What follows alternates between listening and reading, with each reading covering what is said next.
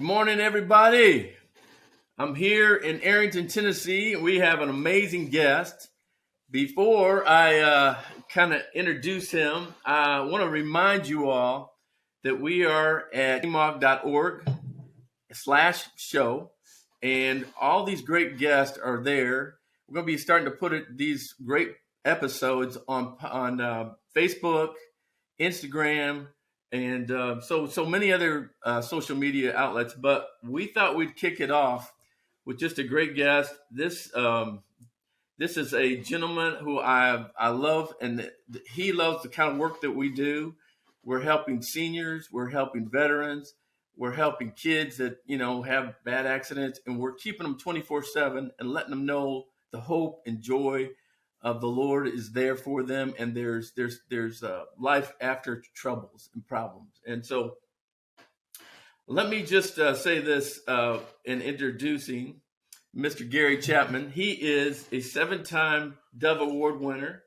He is a 5-time Grammy nominee, and he's alive to talk about all this. And he's got just an amazing story, and that's why the name of our book is Leaving Your Life Imprint. So when you give, you're giving to that. And so Gary's with us, and it's going to bless us with song. He's going to bless us with a little bit of his story. And what an imprint. Gary, welcome. Thank you. We're honored to have you. I'm glad to be here. Honored to have you. And one of the things that Gary and I share is not only do I come from a music family, 4 of us were choir directors, 2 of us were professional singers. We share that, but there's also something that I'm really excited about, and that's Gary in regards to his own family. He was very close, mom and dad, and I don't know all the great family members there, but the immediate family other than Gary, his parents. But I want to hear him talk a little bit about his family, and just the exciting thing that it's said that people that know me say that it doesn't just happen. When a person becomes successful in life, it doesn't just happen. And so one of the things we want to peel back and see, where did this talent, where did this gift come? We know it comes from the Lord, but how was it honed and how was it imprinted in Gary's home? And so Gary, share with us a little bit about mom and dad and how much they've influenced your life. And then he's gonna bless us on each of these segments with a song too. So R2, whatever he wants. Yeah. So it is very difficult for me to briefly answer that question. I'm old, dude. I've been around for a minute, and I'm 12 on the inside. My mom was a carny kid, horrible life. Her parents were both alcoholics. She slept in cars, most of her childhood, most definitely abused in every way imaginable. And a lady in Quanah, Texas, when she was 9 years old, this lady invited her to Sunday school. And she went, and she heard about Jesus. And as nearly as anybody can tell, she never looked back. Never. She was amazing.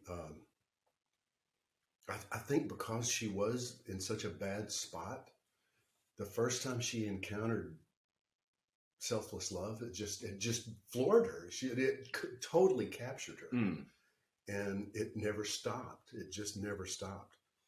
She was so annoying as a teenager. I mean, it was embarrassing. Like, I'm serious. My brother, at her funeral, my brother got up and said, "So if you got on an elevator with our mother and you were going more than one floor, you were gonna find Jesus." I love it. I'm just telling you, dude. It's funny, but it's not an exaggeration. Wow. I'm just telling you. So when I would bring, my friends over to my house or something, it was just, it's gonna happen. It's just gonna happen. And That's how impactful Mary, your mom, Yep.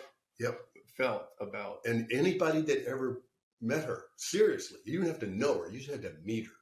anybody that ever met her knew that's who she was. Mm. And What a gift. And it just, what annoyed me so much as a kid growing up has just, it's become who I want to be. And and it's just amazing. She was crazy. Crazy for the Lord. and I want to be just as crazy as she was. I do. Wow. Do. I really, really do. Wow. And it's just, it never leaves me. It's just so imprinted. She stood me up on a piano bench when I was 3 years old. And together we sang a song called Inside the Gate. Still remember the tune. Don't ask me to sing it. I probably will forget the verses. But we just, we did a little duet. And after church, some old guy in the church, I remember his face. I don't remember his name. He came up to me and he said, "Son, you did a good job." And he shook my hand and he put a brand new buffalo head nickel in my palm. Mm. And I never looked back. Wow. I seriously, that from literally the first time I ever sang, somebody screwed up and paid me. And I thought, well, this is not bad. This is not a bad way to go. So it brazened your heart right there. Right? It all made sense to me. Yeah. So yeah. And I moved to Nashville when I was 19. That was 46 years ago. What brought you to Nashville other than just... It was a Chrysler Cordoba, as I recall. No, it's just, you were doing the thing, you were starting to sing and play there sure. in Oklahoma, right? We're talking about Oklahoma. I was born in Oklahoma. I was born in Waurika, Oklahoma, which is 12 miles from the Texas border. Okay. My parents were pastoring a little church just over the Red River, and I remember in my mind, it's like I was clinging to the uterine wall. You can make it, Mama. You can make it, and she didn't. So I was born in Oklahoma. I grew up in Texas. So okay, and that's just a thing you don't ever get over. It's just there. Yeah. So when I got out of high school, good grief. I'm sorry. I should write several books because I've had... I'm trying to encourage you, dude. Dude, I've had the most bizarre life. I have lived several complete lives, without question. So I went to Bible college because that was the only school my parents would pay for. Little Bible college just south of Dallas. It was Southwestern Assemblies of God College at the time. My dad was AG preacher. Mom and dad both ordained ministers. Okay. My mother was the first female ordained minister. I knew you were a PK kid. I just kind of like, yeah. She was the first woman to be ordained as a minister in the North Texas district. That's my recollection, which was kind of not a common thing back then. No. At all. But they couldn't stop her. So you might as well embrace her, right? So I went to Bible college for a year and a half. Truth be known, it's the craziest time in my life as far as just being wild. I don't know whose bright idea it was to take, at that time, there were 1,200 students, 1,200 kids, most of them preachers' kids, and the rest, worst, missionary kids. All of us living in varying degrees of repression our entire lives. And the first time any of us leave home, put us in the same spot? Are you kidding? It was just nuts. And we were 30 miles south of Dallas, so there was plenty of trouble to get into. And I found most of it. And I was just about to get kicked out of college when a buddy of mine, a drummer friend of mine, we were in a band together. He heard there was a group traveling through, and they were going to play in Dallas, and they needed a drummer, and he didn't have a car. So I said, "Yeah, I'll drive you up there." He was going to audition. I drove him up there. We get there and find out they actually need a guitar player and a drummer. I always had my stuff in the car, so we both auditioned, and I got the gig and he didn't, which was awkward. Yeah, but that timed nicely with me probably needing. I may be the only guy God ever called out of Bible college. I'm not sure. But yeah, I've been to Bible school, so I can really, I came to Nashville, and it was a great gig. The first one was not super great, but it introduced me to some people that changed my life. The Rambos, Dottie Rambo, wow, legendary, yes, songwriter, and she took me under her wing and taught me how to write songs. She did. She cared.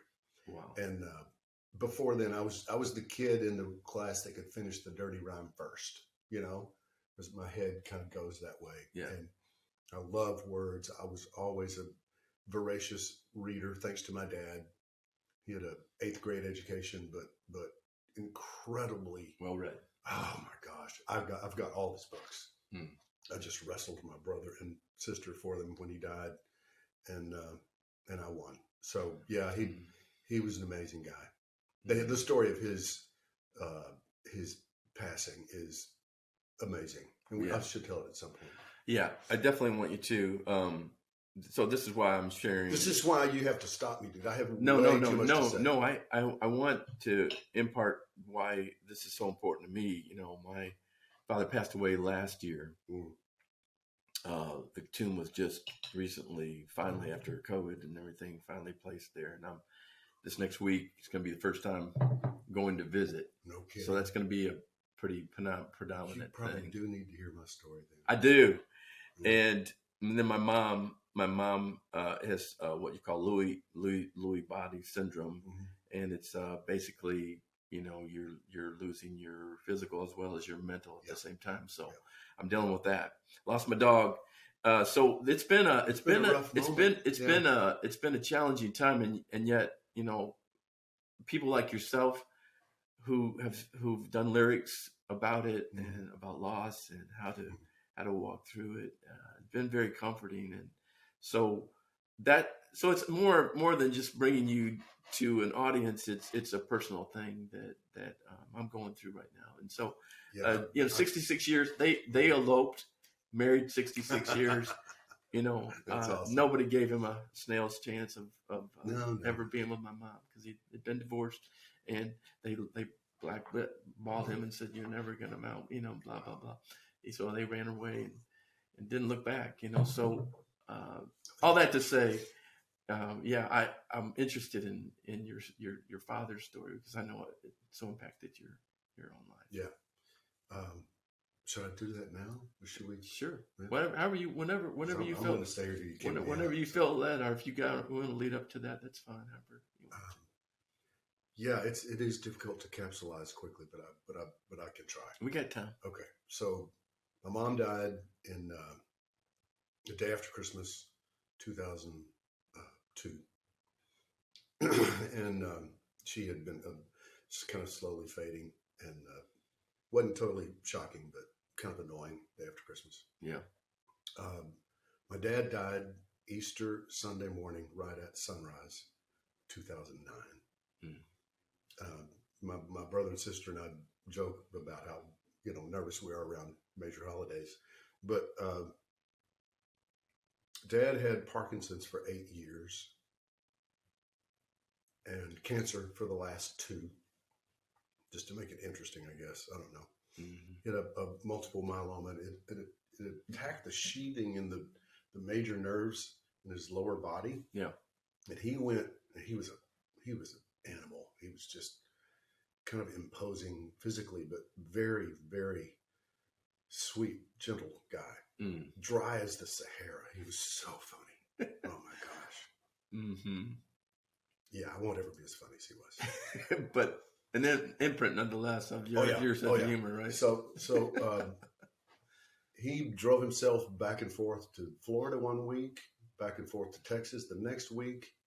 He was always traveling around, seeing his friends, and he was just very, very, very active, despite the fact that he, had Parkinson's and had been diagnosed with cancer. But then, just almost literally overnight, he lived with Cassie and I in what we lovingly refer to as the Beast House. I built this monster in 2000. When we moved in 2003, Mom and Dad were going to live with us I graduated with honors from the School of Creative Justification. I can make anything make sense if I want to. But it was like 14,000 square feet of Wow. absolute decadence. And Dad had his little... He had his spot. Okay. It was directly underneath the master bedroom space in the house. That plays in a minute. Mm-hmm.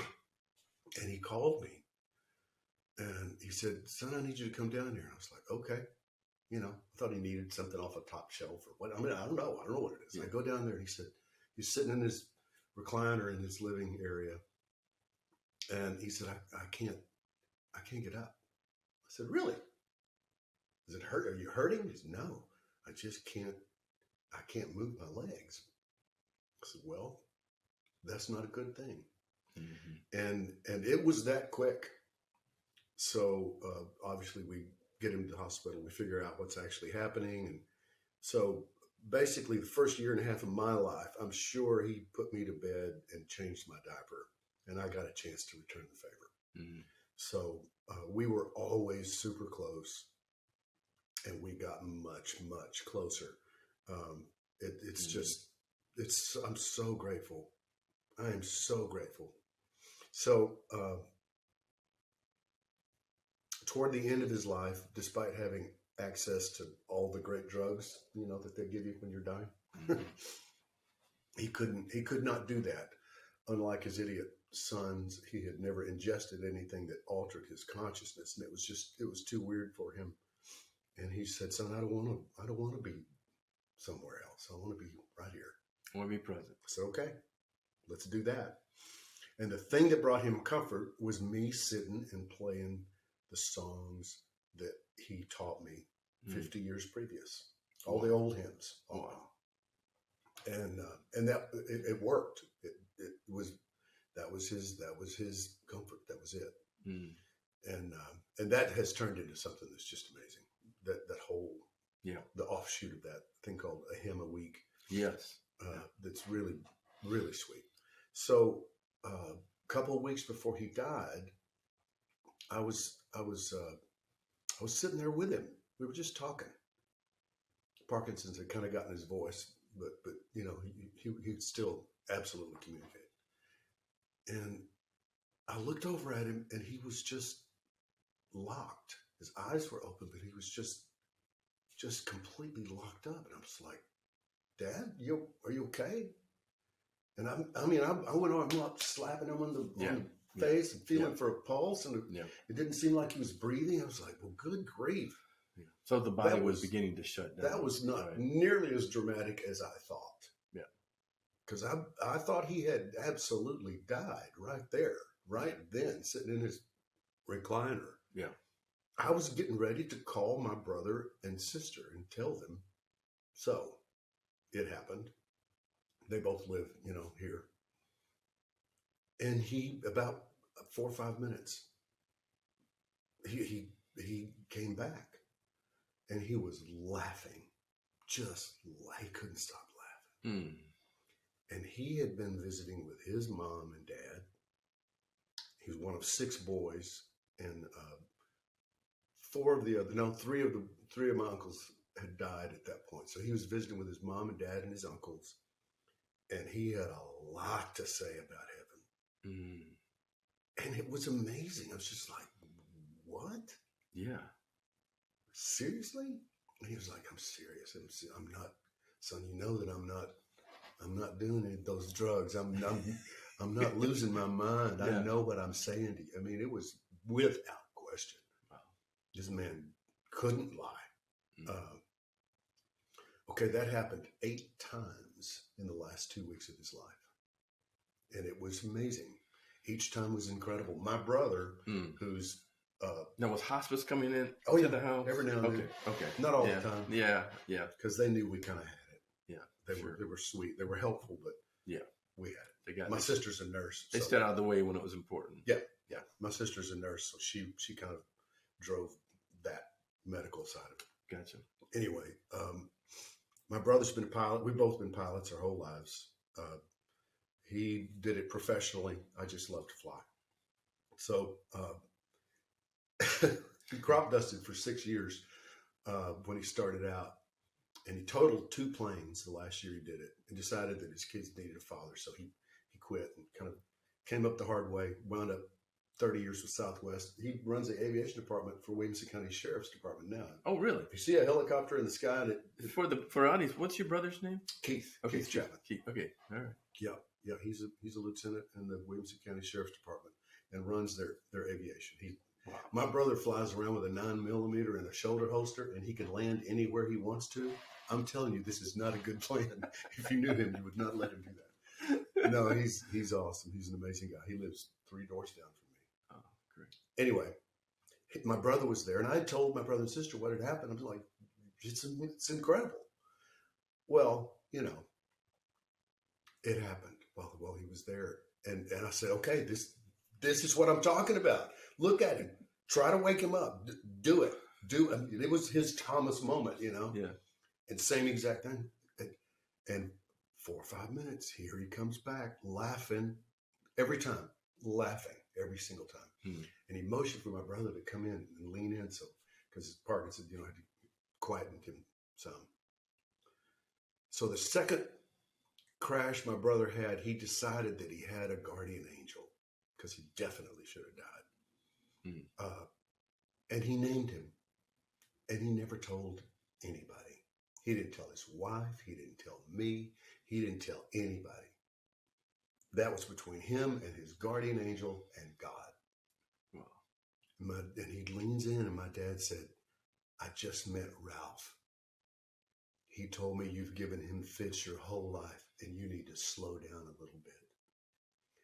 Okay, my brother just buckled, because he knew. Nobody knew that. Nobody breathing knew that except him. Wow. And every time it was something amazing. There's an amazing story with my sister. Needless to say, when he finally passed, he went into a coma on a Friday, Good Friday, appropriately. Yeah. Easter Sunday morning, right at sunrise, my sister made a wow. Just to bed. Think that. Oh wow. Yeah. What a time. And his breathing changed, and she noticed it. And when that happened, she heard voices in the room above, the master suite, straight above, right? And she thought, well, Gary and Cassie are awake. If this is it, I won't have to wake them up. You know, not awake. I was not awake. I was in the middle of easily the most amazing dream I've had so far in this life. And in my dream, which played out almost to an absolute T 2 hours later, my brother and sister and I are standing outside of his space in the house, his own, garage and driveway space. We're standing there watching the guys from Harpeth Memorial Gardens out on Highway 100 wheel his body out, right? They're taking him to the funeral home. And like that, he's standing there with us. And he made me look like I just died of cancer. Mm. He was ripped. So beautiful. He was so indescribably, incredibly beautiful. I've never seen anything beautiful. I could not stop staring at him. Mm. I can still see him. Mm. And he's talking. He looked to be about 35 years old. Just yapping. And in my dream, I remember thinking I should really pay attention to this, because I bet this is really important information, right? Yeah. And I couldn't do it. I was so overwhelmed with just being with him. He just a presence. It was incredible. Mm. It was overwhelming. The only thing I remember him saying, the last thing, he said, kids, as much as I did my best to teach you about heaven, I was right, but I was wrong, because there's so much more. Wow. And like this, my phone rang in this world, and it was my sister telling me that my dad had that second just breathed his last breath. Wow. For me, and I don't care if anybody believes it or not. No, I don't need them to. No, you don't need the information. I know. So his death has become, honestly, the fulcrum point of my life. I believed when I walked the aisle in his church when I was 6 years old. I remember the sermon. There was some smart virgins, some's not so smart, needed more oil. I walked that path from that point until this instant with varying degrees of success. Just Google me. You can believe any half you want. Half of it's true, half of it's not. I don't care. But I believed. I've been a believer my whole life. That Easter Sunday morning, I stopped believing and I started knowing. And it's way different. It's very different. Yeah. So, yeah. Wow. So, your dad, he kind of inspired you to do some songs before this too, right? I mean, you wrote, about the letter writing here, Sincerely Yours. Oh, yeah. Right? Yeah. That song meant a lot to so many people because just like you have a honoring love for your father, you also have a great loving, because of that testimony you just gave, you have a great insight about our Heavenly Father. So, what a great opportunity to share. Lord, I take my pen to write to you a letter, knowing even now you know what's on my mind. 'Cause I think perhaps it might make me feel better if I see myself here written in a line.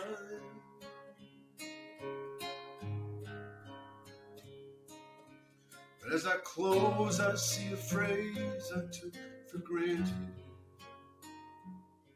and it seeps out as I see it written there.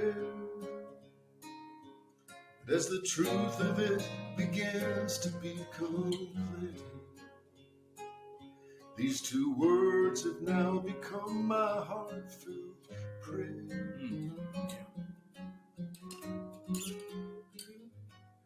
Sincerely yours. Lord, I sign my life to you. Sincerely yours. With a strong and honest wish to be the best that I can be at what I am, without a thought for me. Lord, teach me now to be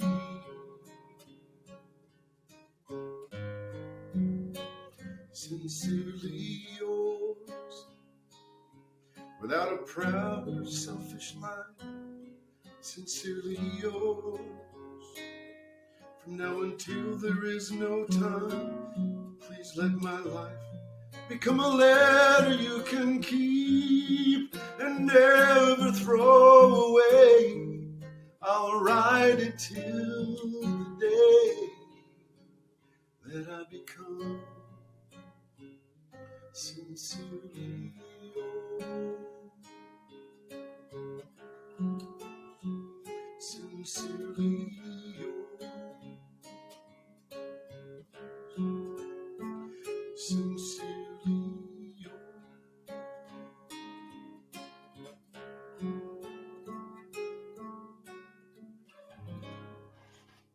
Wow.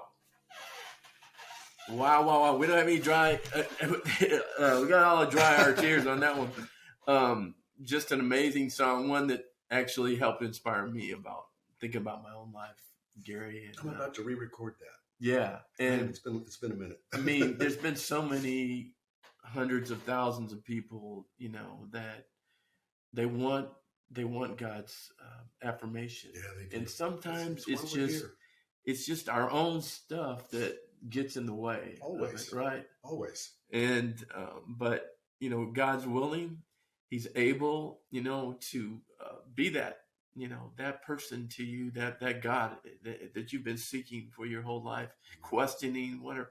He's that close. And just as Gary was sharing, I could feel God's presence, knowing that there is life not only here with the Lord, but beyond. Oh, dude, it's going to be amazing. We don't even know. And so these are why we're having these podcasts. Is we want God's presence to be in the middle of it, because it's not. Otherwise, it's not. It's not worth it. But I want to tell you something. Whoever's listening, that song, it's for you. God can be that person. He, just like Gary wrote that. He wrote that because he wants God's heart, and he wants to be sincerely his. Wants to be in God's presence. Wants him to be a part of his life, and it doesn't mean that life's going to always be easy, Gary. No. Quite the contrary. But you're not walking alone. Never alone. So thank you for your time. God bless you. If you can, like I said, give to this ministry. It's helping so many others. And Gary, thank you again. We'll see you next episode.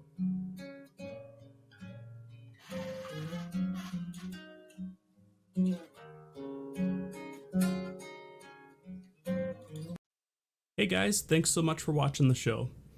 If you guys have any questions, or if you would like to donate and receive the book, please head on over to kennymuck.org/show. Here you can ask us any questions that you might have, as well as make a donation. Thank you so much for watching.